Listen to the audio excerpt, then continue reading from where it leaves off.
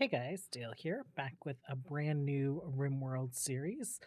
We're calling this one Mech Hive Pria. And so the premise for this one will be that we are a rogue ship AI who's decided to take it upon itself to become a Mech Hive. This is part zero. So if you're interested in skipping introduction stuff about like mod explainers and all that stuff, and just want to get into gameplay, you can go ahead and skip this one and jump into part one.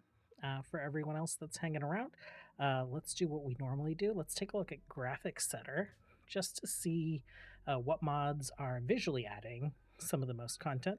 We have rebuild doors and corners. This, like, since this mod has come out, it's been pretty much like a mainstay in my mod list. Just really good looking doors, walls. There's things like wall reinforcements and all that other stuff.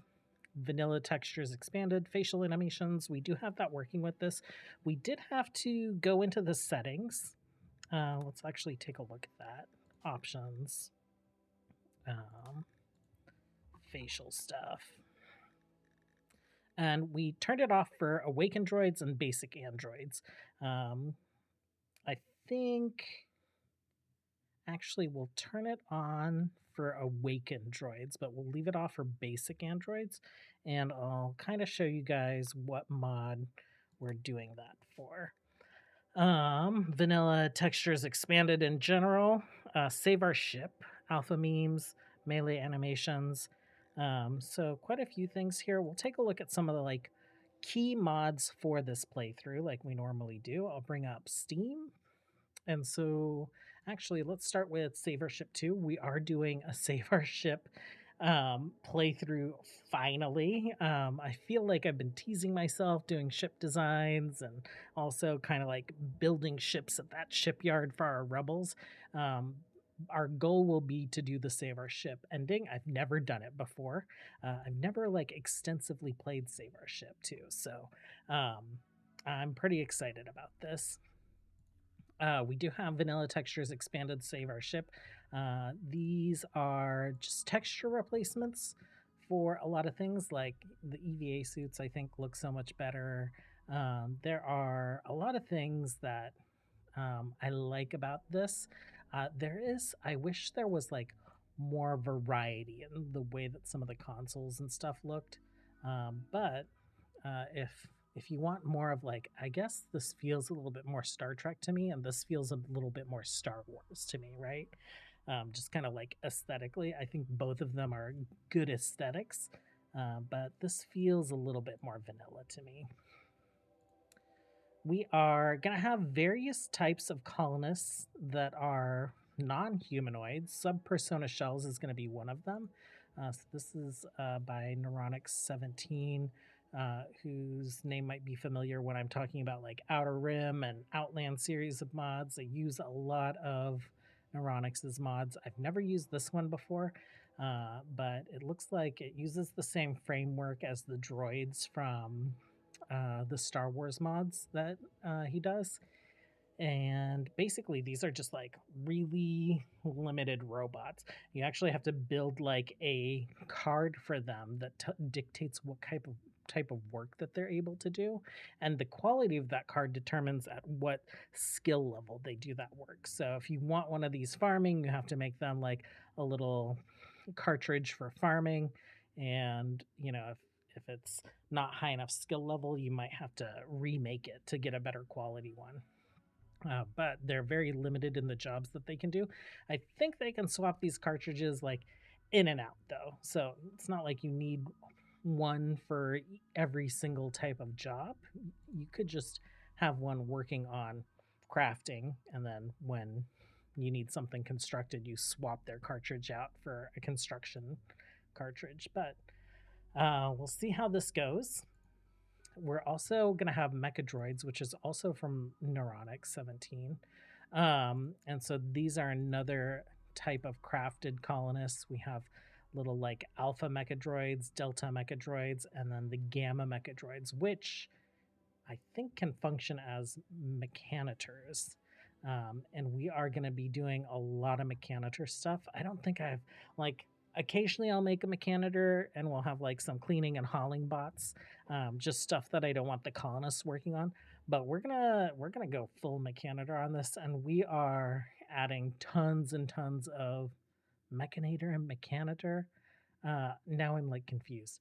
Mechan mechanator? Whatever. We're gonna go all in on actual mechanoids and controlling them. The last type of colonist that we'll have is from Vanilla Race's expanded androids. And so I've played around with this personally, just a smidge, maybe a couple hours. I'm not super familiar with like any of these mods, so this will be a learning experience for potentially all of us if you guys haven't played with them either. But we'll see how this goes. And then mecha androids. Koi's mecha androids. It adds mech android shell and ancient artificial skin. So your androids from Vanilla Races Expanded can end up looking like these guys. Um, it's optional, but that is one of the reasons why we need to go into the facial animation settings and turn something off. Maybe we'll just have our basic androids. When we build them, we'll add these components um, so they have this look to them, uh, like a little bit more mechanoid or mechanical, considering we're not going to have like any humans in the colony, right? And then talking about Mechanitor stuff, we have added so many mods for improving the Mechanitor experience. More Mechanitor towers basically just adds a bunch of like different control towers and all that other stuff. We also have made it so that psychic sensitivity can increase the range for control. We also have a mod that psychic sensitivity can increase the bandwidth of the mechanator. So, if we can do things like equip LTEX gear on our mechanators or find ways to increase their psychic sensitivity, then we will go for it. We do have vanilla sidecasting expanded. I think it might make sense for if we do have psychically sensitive androids to have them like tossing lightning or something, right? And in the RimWorld lore, these side casting powers, it's all like mechanites or whatever, right? It's all technology. So I think for like an advanced Mech Hive, that might be technology that they would take advantage of. Still on the theme of Mechanitor stuff, we can resurrect enemy mechanoids. That might save us on some resources. But yeah, there's just like a whole slew of mods that'll be in the mod pack linked in the description that have a bunch of enhancements to Mechanitor stuff. And then, I know that we're gonna fight lots of mechanoids. We're gonna fight other mech hives, for dominance, but also to complete the like save our ship 2 ending, and for acquiring chips and things that we'll need for building out mechanator stuff. So I grabbed this ion weaponry. We might potentially use this against mech bosses and when we go to raid other planets with SOS2, trying to complete the missions for the end game there. Yeah, so I haven't ever played with these before. We'll see how useful they end up being. They're going to be pretty niche, I think. I'm not sure. We'll have to test them out on humans and see if it hurts them. But I'm not sure if they'll be like super effective against people. Anyhow, let me. Ooh, where'd the game go? Hello, game. Oh, game crashed. I'll be right back. That's so weird. Okay, very strange. Haven't had the game crash in like years. And we had one at the end of our Jedi Survivors run, and we just had one here. So I'm hoping that my computer just needs a reboot. But let me go ahead and let's load up the map. We'll take a look at the world. We'll take a look at our ideology, and then we'll also take a look at our little starting scenario. Okay, so here's our world. I didn't do much editing to it other than just kind of like clustering factions together. And we aren't starting on the world like last, or just like last time. We also aren't starting on the world, but we will want to land because if we take a look at what we're starting in a little ship. It's been damaged a bit.